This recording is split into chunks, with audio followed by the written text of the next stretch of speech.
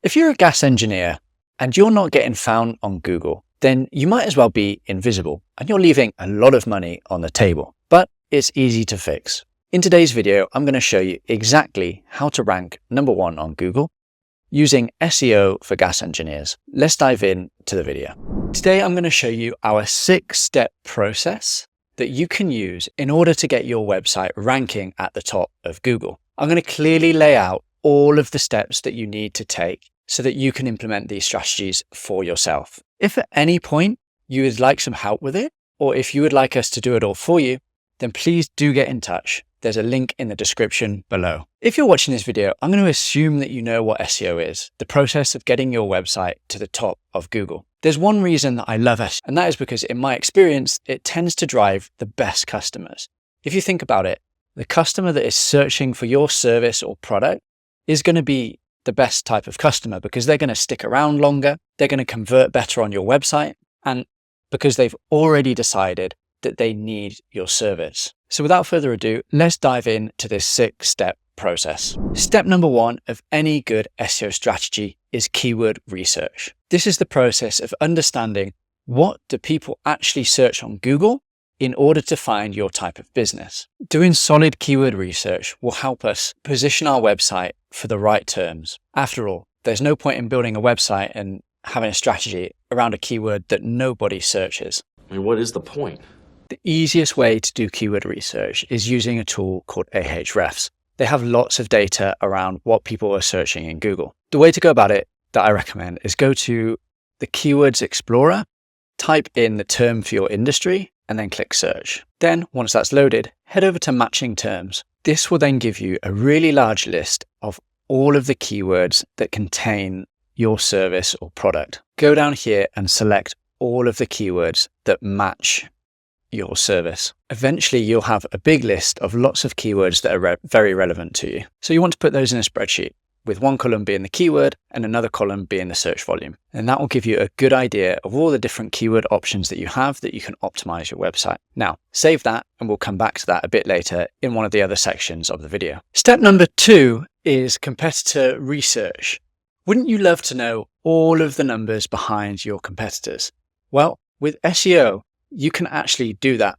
You see, there are certain tools that we can use, such as Ahrefs, that show us all of the SEO metrics that our competitors have, such as how much traffic they're getting, their backlinks, all of their strategy. So we can really use that to our advantage and it will help inform our own strategy. The way that we can do our competitor research is we can go back to Ahrefs or another similar tool and we can type in the URL of our competitor. I'm just going to pick a random business here just to demonstrate. So we go to Site Explorer, we type in the URL, and then that will give us all of the metrics of this business. So here we are, we can see all of the different metrics. Now, a lot of this might be confusing for you, but I'm going to run through it one by one.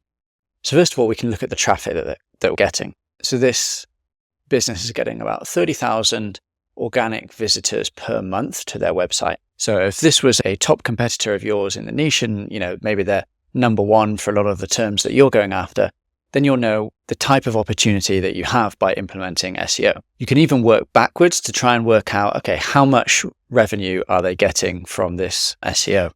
So if they've got 30,000 traffic, you could assume a conversion rate, depending on the type of business, maybe somewhere between 2 to 15%. And then you can work backwards on how many of those leads convert and the average order value based on everything that you know from your business and your website. Now, what we want to look at next is we want to go to the organic keywords. Here we can see all of the keywords that they are ranking for, and we can use that to our advantage. So we can add any keywords that we've missed in step 1, our keyword research, and add those additional keywords into that document. Once we've done that, I'd recommend going to top pages. And for now, what I'd like you to do is just note down how many pages they have and also take a quick look at all the different types of pages that they have. Do they have service landing pages? Do they have blog pages? And just get a rough idea of what exactly they have on their website. This will give us an idea of how many pages that we might need to create on our site as well. And note this down, you'll understand how many backlinks that you'll need to be building. So for example, this business, they have about 453 backlinks. Now, I know that seems like a lot, but not all of those backlinks will actually be good. And in the backlink section of this video, I'll go into exactly how we can audit that and understand how many backlinks we need to build to our website. But for now, we just want to understand how many referring domains do they have going to their website. Finally, the last thing that you want to do if you're running a local business is type in your main keyword and then go down and look at this section. This is what we call the map pack or the local search results. And you can see here that there are 3 businesses here and they all have different reviews, a review score, and a number of reviews. We want to note that down because that's going to inform the targets that we have for the amount of reviews that we need to get. So once we have all of that information, note it down in your spreadsheet and repeat that for all of your main businesses that you have in your niche. Now that you've done your keyword research and your competitor research, you're ready to start working on your website. That's step 3, on-page SEO. Now, please don't get scared if the on-site side of things sounds a bit technical. I'm going to break it down and make it as easy as possible for you. Alternatively, if you're already working with a web development agency or freelancer, you can use what I'm saying and give the instructions over to them. We want to go back and visit our keyword research. Now, for our key services or areas or products, we all want to create dedicated landing pages for these keywords. Now, what a dedicated landing page looks like is usually something fairly similar to your homepage, but all of the content and the keywords on that page are really focused around that core keyword to do with your service. So what do you want to do? Well, the best practices are that you should put your main keyword on these pages and they should go in these locations.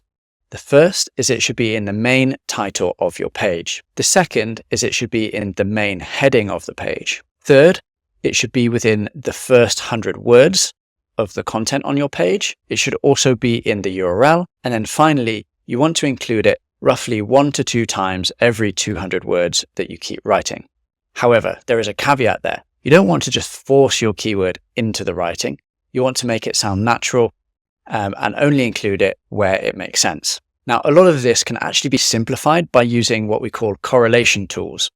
So correlation tools look at the results for your keyword that are on page 1. They'll do a lot of calculating and magic in the background, and then they'll tell you exactly how many times that you should include your keyword, where you should include it, all of the other similar keywords that you should include within your writing. And then it gives you a score that you can use to evaluate your writing. So some of these tools are Surf for SEO, and I like to use it just to make this process really easy. Finally, the last thing I'd like you to do on your on-page is include an FAQ section. So you can get FAQs by, number 1, thinking about what are the common things that your customers ask you when they inquire about this service. And then number 2, if you go to Google, search in your main keyword, then scroll down to the people always ask section.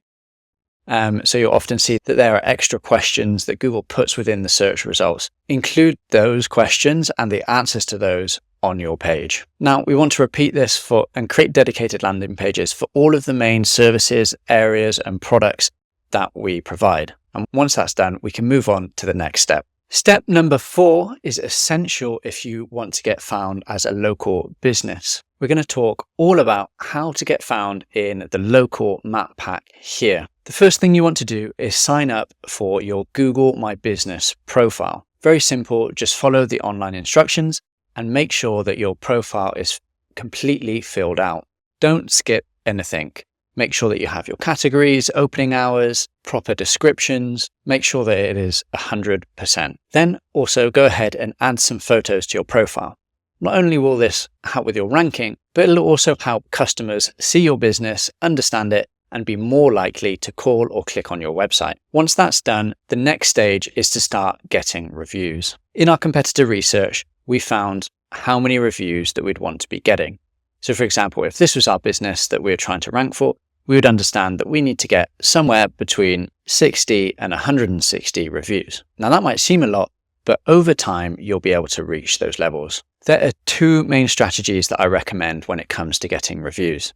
The first is to go back to all of your happy and loyal customers and send them a personalized message asking if they would be happy to leave you a review, and that it would be really helpful if they were able to do so. Most times, if you've done a good service and that your customers are happy, then they'll want to help you. The second is, for going forward, I always like to incentivize employees to get reviews. You can offer them a cash bonus, a gift card, or a special reward. You could even have a ranking table of all your employees on who's managed to get the most reviews from their customers. And this will just remind them that they need to keep asking their customers whenever they speak to them to leave a Google review on your profile. It helps to turn it into a bit of a game. It helps create the right incentives.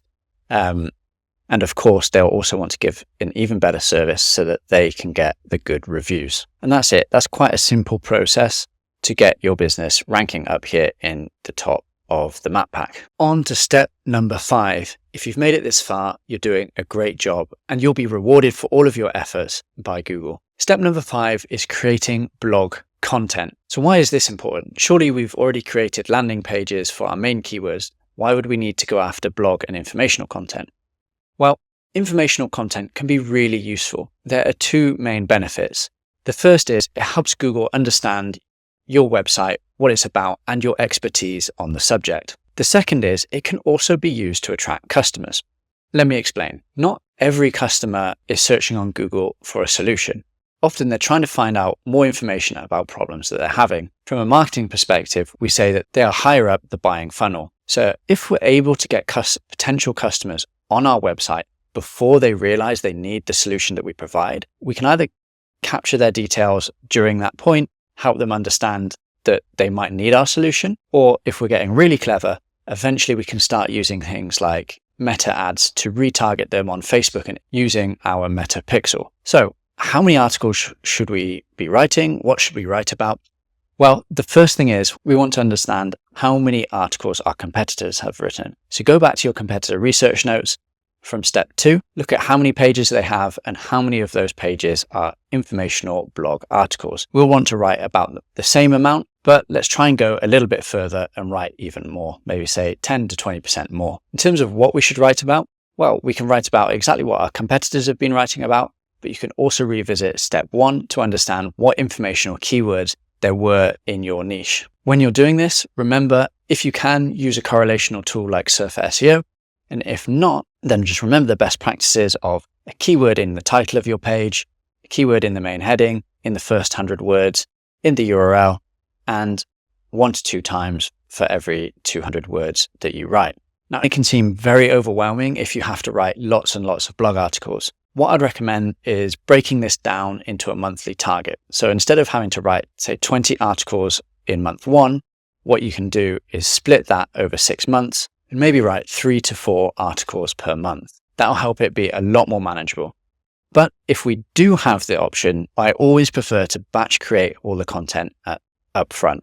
That's because the sooner we get that on the website, the sooner that Google is going to discover those articles and going to start sending us traffic. Another option might be to work with a freelance writer or a content creation agency. Now, we've done a lot of foundational work here, but step number 6 is what is really going to drive the increase in rankings for our website. These are backlinks, and you can think about them as the fuel to our fire. Backlinks are links coming from other websites to our websites, and there are many different types, and I'm going to explain exactly how many you need to build, what type, and how to do it. Now, there are many types of backlink, but I've tried to simplify it with something that I came up with called the link building pyramid. So you can see here my post on LinkedIn. If you look at the bottom, that is our starting point. That is something called foundational links. These are the type of links that any normal business should expect to have. They are links from our social profiles. So you want to go ahead and set up all of the different social profiles, Facebook, Instagram, LinkedIn, also some of the less known ones, maybe Reddit, Pinterest, and make sure that all the profiles have a link back to your website. The next is directories. So even if you don't have a physical location, it's worth getting directory listings because this, again, is just another foundational link. They're very cheap, easy, and quick to build, so it's just worth doing. Once we've got those out the way, it starts to get a bit more fun. We go on to the next tier, which is relevancy. Here we build relevancy by getting posts on other people's websites that include a link back to ours. These are called guest posts. And in most cases, we'll have to pay the website owner to post that on their website with a link back to us. you can expect to pay anywhere between $100 and $400 per post on the quality of the link and the website that it's linking from.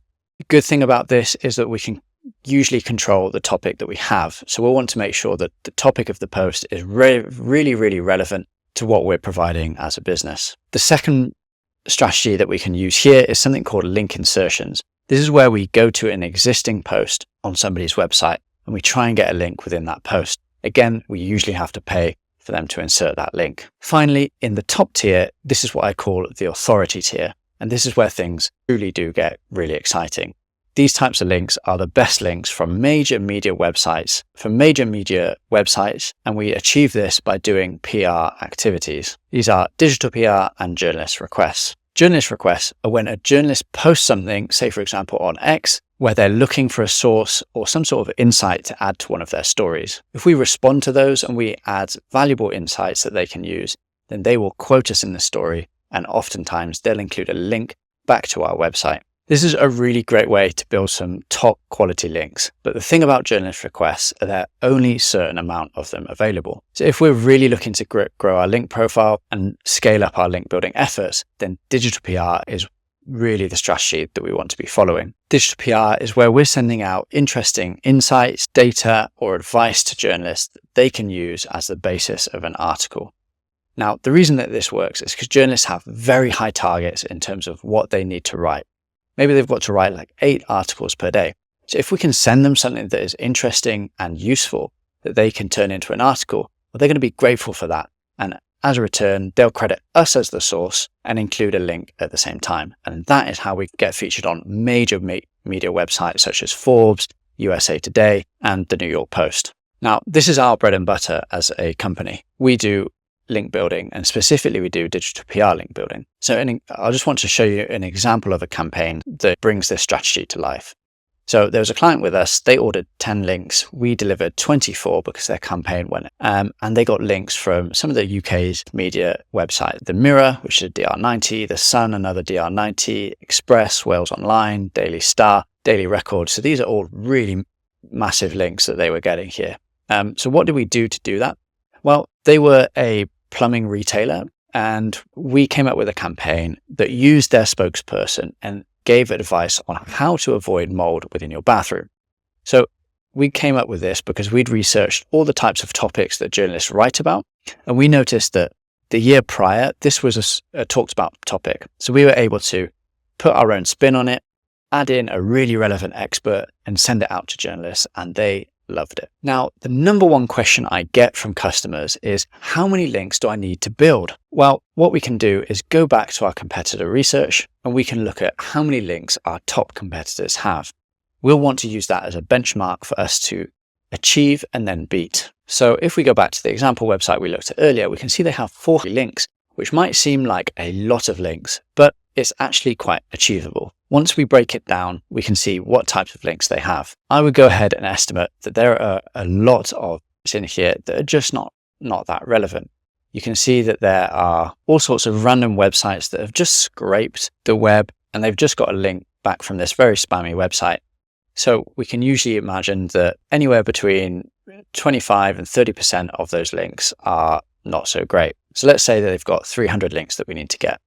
Well, a lot of those will be foundational links, such as social media profiles and links from directories. So say that makes up another 100, then the rest will likely be, then we can eliminate anything that's under DR30, because really those types of websites, they don't drive a lot of power. So you can see that brings that down to 170 links. So again, if we take out all the spammy ones from that, maybe there's about 100 links that we might need to build for this website.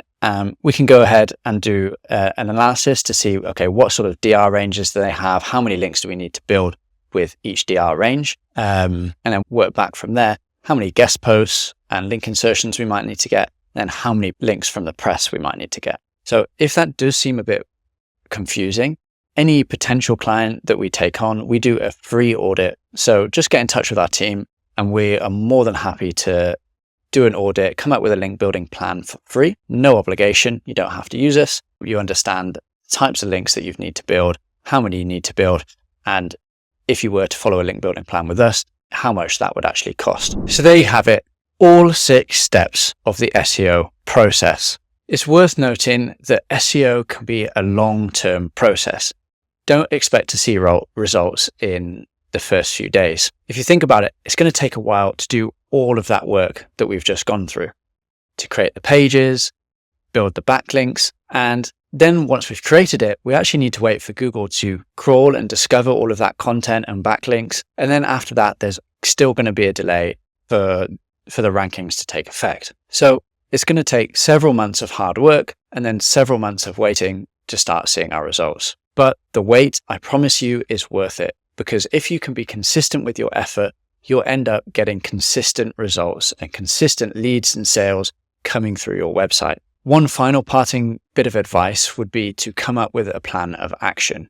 You don't have to do it all in week 1. You can break it down into much more manageable chunks. For example, each month, how many articles are you going to write? How many links are you going to build? How many reviews are you going to try and get on your Google My Business profile? Doing that will make it easier for you to hit your SEO goals, and it will make the workload much more manageable. So there you have it, everything you need. If at any point you want some experts to handle it for you, just get in touch with me and my team, and we're more than happy to do it. Just click the link in the description. Thanks for listening.